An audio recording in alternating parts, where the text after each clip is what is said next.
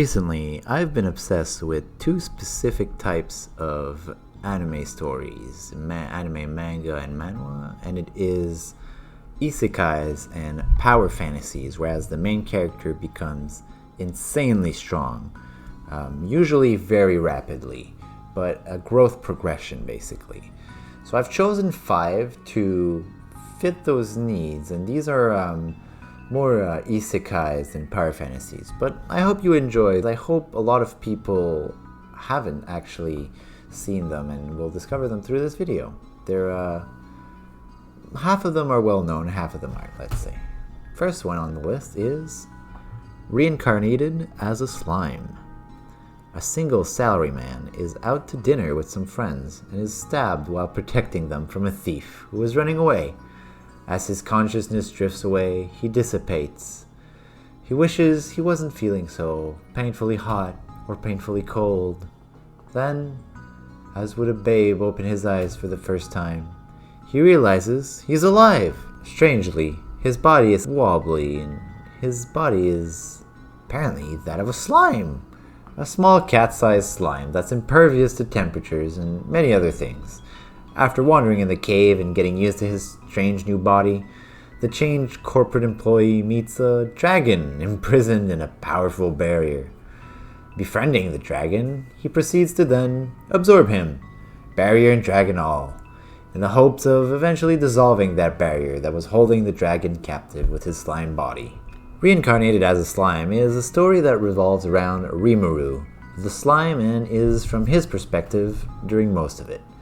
The world building is extremely gradual and at pace with what the protagonist learns himself. Rimuru slowly learns about the country surrounding the forest he's called home, but in the beginning, everything's new and the perspective is very personal. The viewer looks over Rimuru's shoulders as he meets new friends, defeats enemies, and then makes them his friends, travels far away to meet new lands and make new friends. Not to say that the lore is shallow, but the focus really isn't in world building as much as character and character development. Slime isn't a harem per se, but there certainly always is an entourage around Rimuru in the first part of the story at least. It does evolve later on, and we get to see the MC alone with his thoughts for once. The characters all look really cool as they periodically transform whenever they get more experience and rank up, becoming fierce twin-horned wolves or flying dragon newts. The characters do have some development, but one thing I wish Slime had is a death or two, as I've watched the entire anime and read the manga pretty far along, but it's always been a pretty peaceful endeavor. Founding his kingdom, improving it, repelling attacks, absorbing his defeated enemies into his own kingdom. Nothing really goes bad. Art-wise, the anime looks wonderful. I don't remember there being any awful CGI, and the show is generally very colorful and vivid. The manga is drawn very functionally, and I feel it lacks background sometimes here and there, but overall, good artwork, and I just agree with it. The story is where Reincarnated as a Slime really shines. First half of the story introduces the world and sets up Rimuru with his kingdom in the middle of everything that's happening, quite literally. A lot of time is spent dealing with civilization building and discovering what kind of OP ability Rimuru has. The second half of the manga, that's been released as of now, delves into Rimuru's quest to protect the children that Shizue cherished. Shizue being a character that Rimuru meets early on and discovers also comes from Japan, though 50-ish years apart. Discovering and protecting those children might open up an answer as to how Rimuru actually came to this world and may allow him to help others or potentially go home himself. I just generally love Slime's easygoing nature, even though I think it would be interesting to see some tragedy. It's a very easy show to watch, and an even better manga. Overlord. Arguably the most well-known isekai in the past decade, Overlord inverses the demon-killing hero trope on its head and puts the hero in the role of an evil overlord. Mamon, a level 100 guildmaster in a VR MMORPG, virtual reality MMORPG, awaits the countdown that will finalize the closure of this long-running game. Wistfully wishing that some of his old guild members he spent hours grinding quests and materials with would show up, he sighs and waits. As the countdown reaches 0, with a heavy heart, He opens his eyes and wonders why he's still in the game.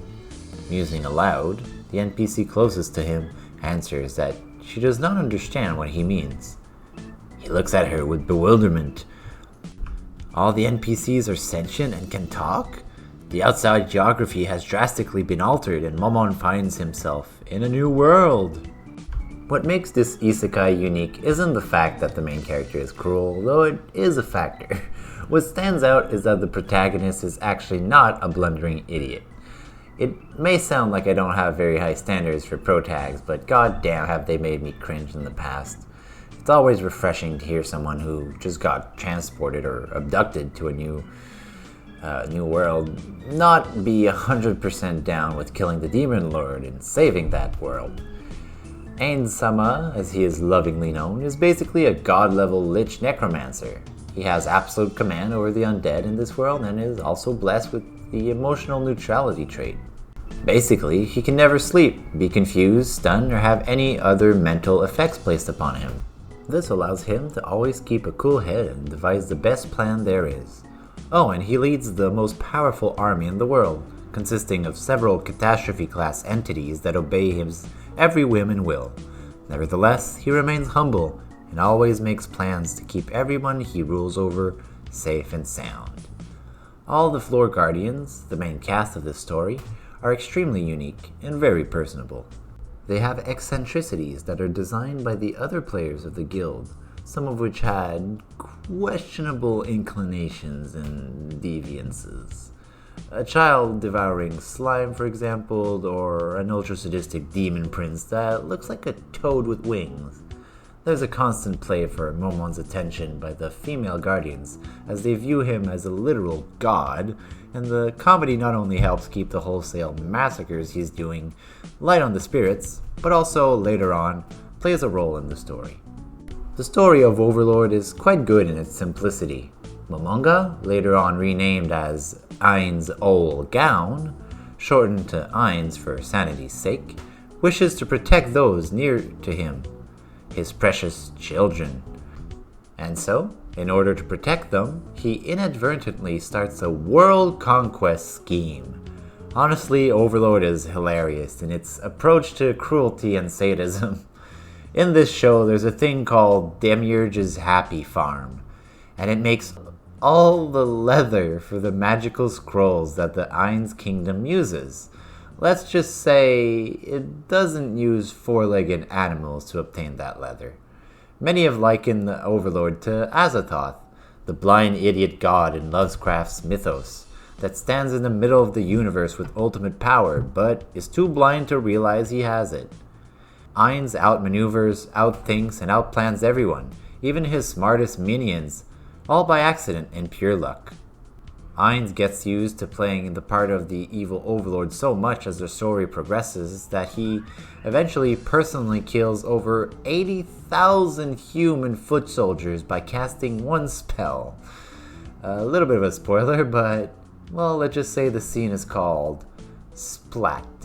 Look it up, it's bloody wonderful. Talking about the sanguine, that's also one thing that the art of Overlord is. Bloody. It has tons of brutal scenes, not for the hemophobes and violence haters, but it's very clear and you never get a page where you don't understand what's going on. I personally hate where you just see somebody try to hit something with a sword and it's just blurry and you don't know if the other guy dodged or got cut in half and you have to look for the next panel to see. Plus, there's amazing colored artwork, unique in the light novels that makes amazing wallpapers. And it's unique artwork too, different from the manga. The art is a definite plus to this show's credentials. Finally, the strongest aspect of Overlord by far is the world building. This is even more pronounced in the light novels, as the sorceress kingdom of Ain's Ol Gown expands, more and more of the history's world is uncovered. Ancient forces will lurk in the background of every event on the grand chessboard. The ancient dragon lords, the beastmen, dwarves, the church, and now the undead of Ain's Ol Gown. Many amazing and eccentric races are discovered and annexed by the inexhaustible forces of the Sorcerer King, who does not wish to rule a land of the unliving, but instead uses the power of death to secure quality of life for his citizens that has never yet been encountered, except maybe in the ancient past of this world, for many a strange event happened in this land. Many external forces made to do battle, dragged in from outside. There's always a hint of a grand mystery in Overlord, that if Ainz just conquers an X-Kingdom, he'll find one of his friends or a clue to how to get back home. Ainz might be an amateur ruler, but inside, he's a born adventurer, and always is ready to interact with new races and new people in order to satisfy his burning curiosity, but also in order to gain information. In Overlord, every race has its moral choices to make, and Ainz isn't afraid to make it for them, revealing the intricate web that connects everyone in the world. It drags you in with civilization building and keeps you in with amazing characters, rich lore, and thousands of possibilities for what Ainz could do next. Release That Witch. My most recent read, Release That Witch, an extremely cute and cultured harem civilization advancement webtoon. Honestly, its main appeals are that the MC is an engineer who was transported to a world with magic, and he goes to town creating magic-powered machines. And that only girls can use magic. This gives a very unique position for magic in a fantasy world where only a select few can use it, and it's inherent and completely unique to the magic users, possibly even genetic or spiritual. Our tale starts with the main character, Sheng Yan, the mechanical engineer, having his mind magically translocated to inhabit the mind of Roland Wimbledon, the fourth prince of the Kingdom of Grey Castle. The Chancellor is asking the prince to give the order to burn a witch, but being a normal modern-era citizens' rights-minded individual, the prince asks that the witch be released, and that she demonstrate her powers to him. Turns out that the witch, Anna, can control fire and heat. The new soul-bound prince then makes a contract for Anna to sign immediately in order to hire her and start making iron, using his witch as a makeshift foundry and forge. The story actually involves a fair bit of politics and intrigue, which is a fine thing in my opinion. I've always enjoyed a good old stab in the back once in a while. Without spoiling anything, there's more than 3 different factions vying for control of the kingdom, and even more for the control of the whole continent. The author is a Chinese, so rank and respect of authority is in the blood of the story. The politics are doused by a fair bit of absolutely adorable and very eye-catching witch girls. The artwork is absolutely adorable, and all the witches and uniforms in the webtoon are beautifully designed. I feel like the artists spent 50% of the art production time on those. Everything else but the characters isn't paid as much attention to though, sadly. Technological improvement is melded extremely nicely into the development of the witches and side characters as the witches' powers eventually evolve, the growth seemingly due to their expanded knowledge due to learning science. The viewing of microorganisms through a microscope makes one witch evolve into a walking bioweapon. Another develops extremely realistic painting abilities from viewing a scene from a hot air balloon. These breakthroughs for the witches are almost always accompanied by a new technology that improves the lives of everyone under the prince's rule. The story manages to blend in isekai, power fantasy, civilization building, intrigue, and harems all into one, and it actually comes out tasting great. Check it out, Release That Witch. A returner's magic should be special. This is the first manhwa or webtoon on the list. Since last year, I've started reaching across different types of media to satiate my need for power fantasy stories.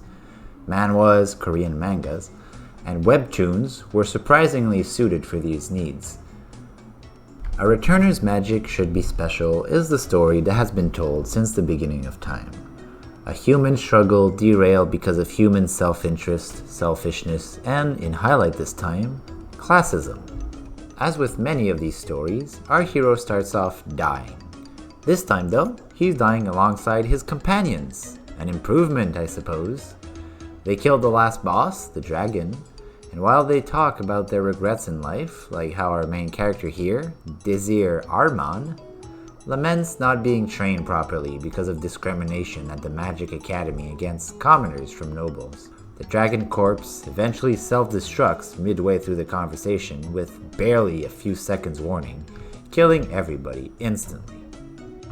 That's when our very confused MC is returned 13 years into the past to the exact day of his entrance exam into Havrion Academy. He steels himself as he decides to change the past and raise the students into becoming as powerful as possible and attaining their true potential before the Shadow World descends on the world in 3 years. All in all, A Returner's Magic Should Be Special is a very well-written webtoon with very funny and interesting characters. The story starts off with 3 and then 4 characters, but grows even further into a big cast later on, which I do like. A Returner's also contains no time skips, always a boon in my opinion. The Shield Hero did that in the light novel and I thoroughly enjoyed it. Most interesting in my opinion are the characters, and specifically the MC, who has a very humane and practical approach to things. He's not cruel, he's not silly, he's clinical in his approach to goals, but very charismatic in his social interactions. It's always fun to see a very good plan put into action, and our protag here is literally prescient because he's lived through these 13 years already. It'd be like coming back to 2000 and predicting 9/11 or Hurricane Katrina and the BP oil spill.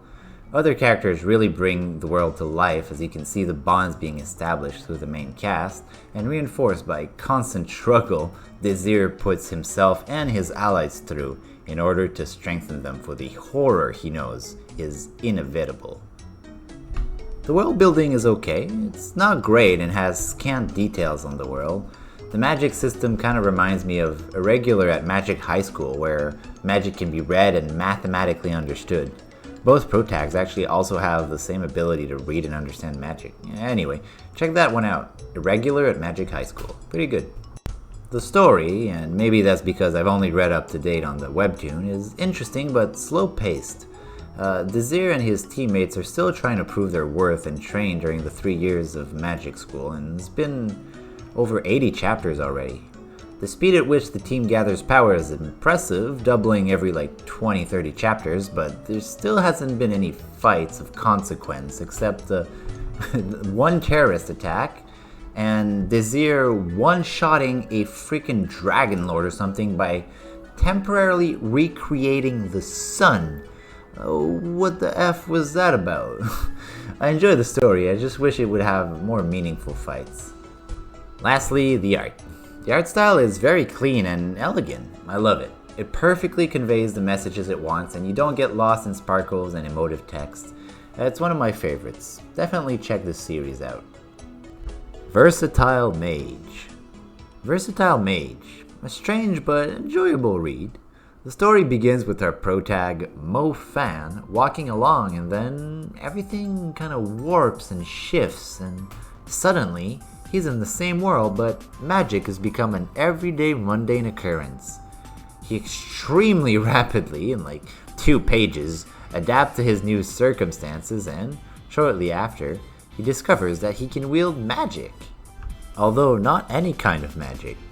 Every time he ranks up in his mage abilities, and there are a total of 6 ranks, he will learn 2 different elements instead of just 1. Which makes him unique and extremely overpowered in this world. Most of the story revolves around our OPMC wondering about getting into fights and training his magic to higher tiers of magic. The love interests, character development, world building are all lacking, and the art style is passable. The explanation of magic systems, though, is overwhelming. There's so many details and ranking orders and spells. Primary Mage, Intermediate Mage, Advanced Mage, Super Mage, Half-Step Forbidden Curse, and Forbidden Curse Mage. 6 levels just to describe the power differentials between mages. The spells have an even greater ranking. It's crazy. If you enjoy a power fantasy purely for the aspect of power gradients and becoming stronger, this Chinese webtoon is definitely for you. Just be warned that you will not remember any names unless you see them 10 times per chapter due to it being in Chinese. I guess the second main appeal, now that I think about it, is the fighting. The fight scenes can get pretty interesting as different elements are used to counter and anticipate other elements. Between the fighting and the panels, with the levels going up and the new skill explanations, there really isn't much time left for other things in the story. But all the better for the connoisseurs of power fantasies. Spoiler warnings. This has like 3,000 chapters as a light novel, somehow. I think it's finished, but I checked the status of the main character on a wiki and it says he's an epic demon god of the universe with 20 awakened elements, so I assume it's finished, as he's literally a god now. The webtoon is around 300 chapters, so take a read and see if you like it. Well, thanks for listening this far, and please leave a like as it helps me algorithmically. The best kind of help to give a friend. See y'all next time.